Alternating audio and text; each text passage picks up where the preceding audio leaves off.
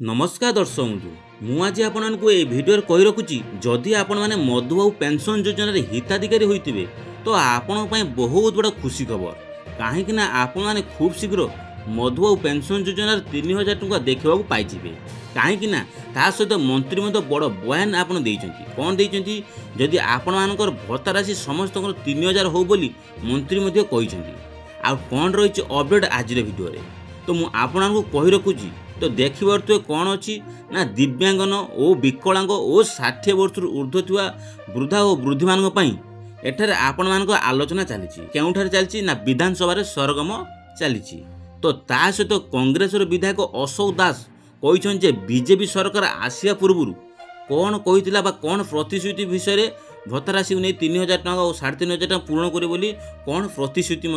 देते किंतु एबे कथार से उड़चंती बोली अशोक दास कांग्रेस विधायक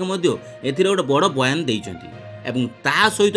बीजेडी विधायक राजेंद्र ढोलके से भी प्रश्न कौन रखिंट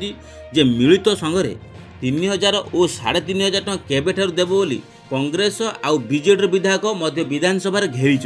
जे आपण माने विकलांग और दिव्यांगन और 60 वर्ष ऊर्ध्व थी व्यक्ति मानक जो आप प्रतिश्रुति देते तो से सब पूरण करने दाबी कर कौन रही देखूँ तेबे ये उन्नतिमूलक सशक्तिकरण मंत्री कहले कौन ना आपण मैंने 36,75,808 रु